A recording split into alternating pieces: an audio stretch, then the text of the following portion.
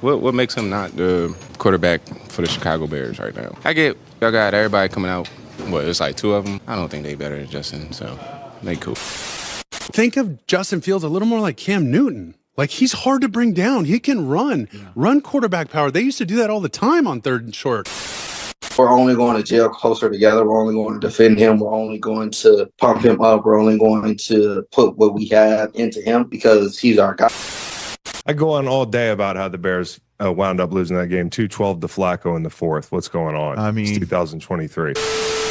All right, let's talk about the Chicago Bears, because what we witnessed against the Cleveland Browns was a classic example of the Bears being their own worst enemy. They had a 17-7 lead, and in classic Bears fashion, they blew it, and not just any old way. We're talking about decisions that had me scratching my head, which we'll dive into later. But first, check this out. The Bears have now spectacularly blown leads against the Broncos, the Lions, and the Browns. We're talking about win probabilities north of 90% in each game. That's not just bad luck. This is a pattern. Great teams find a way to win these close games. Flip those 3 games and suddenly the Bears are not just scraping by at 5-9. They're in the wild card hunt in the NFC at 8-6. It's a game of inches, and the Bears are coming short by miles. As a dedicated Dallas Cowboys fan who has closely followed the Chicago Bears since drafting Justin Fields, now my favorite NFL quarterback, I've developed a unique perspective. The Chicago Bears have essentially become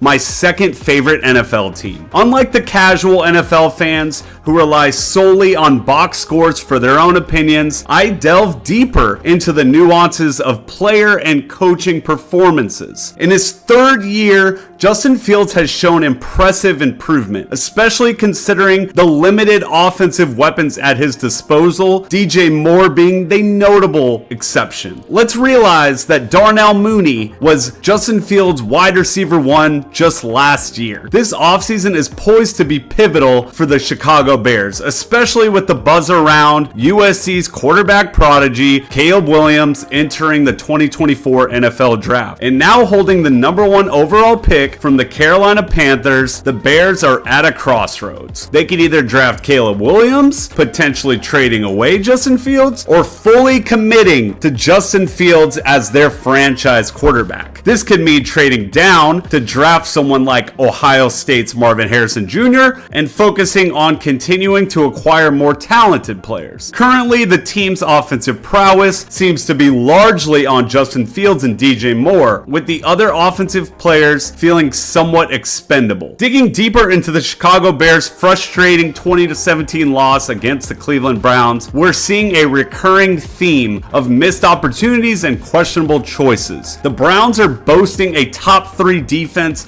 with the likes of Myles Garrett. The Bears' ground game was virtually invisible, a mere 38 rushing yards from 17 rushing attempts by the trio of Roschon Johnson, Khalil Herbert, and Deontay Foreman. That's not just ineffective, it's a sign of a deeper problem in strategy and execution. Then there's Luke Getzey's play calling. It's like he's reading from a different playbook when it comes to utilizing Justin Fields' unique skills. Justin Fields is athletic, he's a dynamic quarterback, but you wouldn't know it from the calls that are being played. Justin Fields delivers a perfect 60-yard pass. However, this moment was overshadowed by tight end Robert Tonyan, who just couldn't hold on to the football, resulting in a very frustrating drop that negated a potential game-changing play. And then the decision-making throughout the game, perplexing to say the least, opting for a Hail Mary at halftime instead of kicking a 55-yard field goal, especially in a game lost by a mere 3 points. The percent chance of you kicking a risky 55-yard field goal is much better than throwing up a prayer in the end zone as a Hail Mary at half. The play calling on critical downs was equally head-scratching. A reverse to rookie Tyler Scott on a crucial 3rd and 1, that's a gamble that didn't pay off, especially with proven options like Justin Fields and Deontay Foreman available. And at the end of the game, Darnell Mooney's missed catch on what could have been a game-winning Hail Mary was bitter icing on a cake of disappointment. Before we talk about the Bears defense, remember to hit the like and subscribe button for more videos just like this. However, it's not all doom and gloom for the Chicago Bears. The defense has especially shown improvements with the trade for Montez Sweat. Sweat himself has made a remarkable impact with 2.5 sacks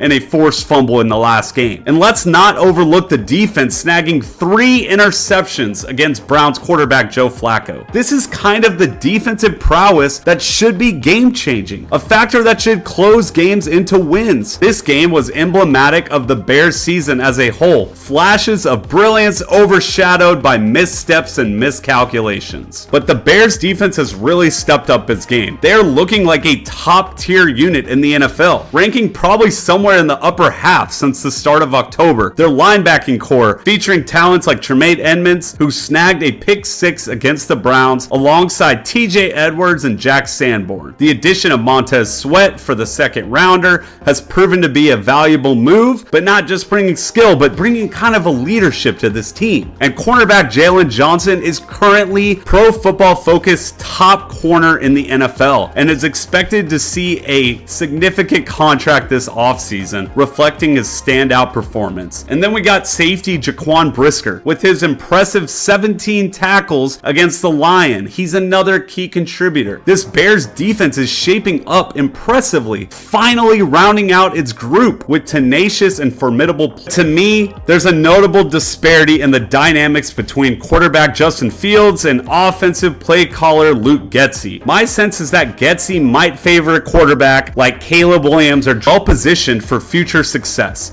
equipped with valuable draft picks and ample cap space to attract major talent in the NFL. While I firmly believe Justin Fields represents the future of this team and advocate for building around him, the possibility for opting for Caleb Williams in 2024 can't be overlooked either. This guy is a generational quarterback. So that's why I am turning to the Chicago Bears community. I am curious about your perspectives. What do you see the biggest issue for the Bears? Would you prefer the team stick with Justin Fields, or would you prefer to draft a quarterback like Caleb Williams or Drake May? What other positions in the draft do you think the Bears should focus on? And is Matt Eberflus's job secure? And what about the fate of offensive coordinator Luke Getsy or general manager Ryan Poles? As always, thanks for tuning in to Real Friends in Football, and don't forget to subscribe for more videos just like this.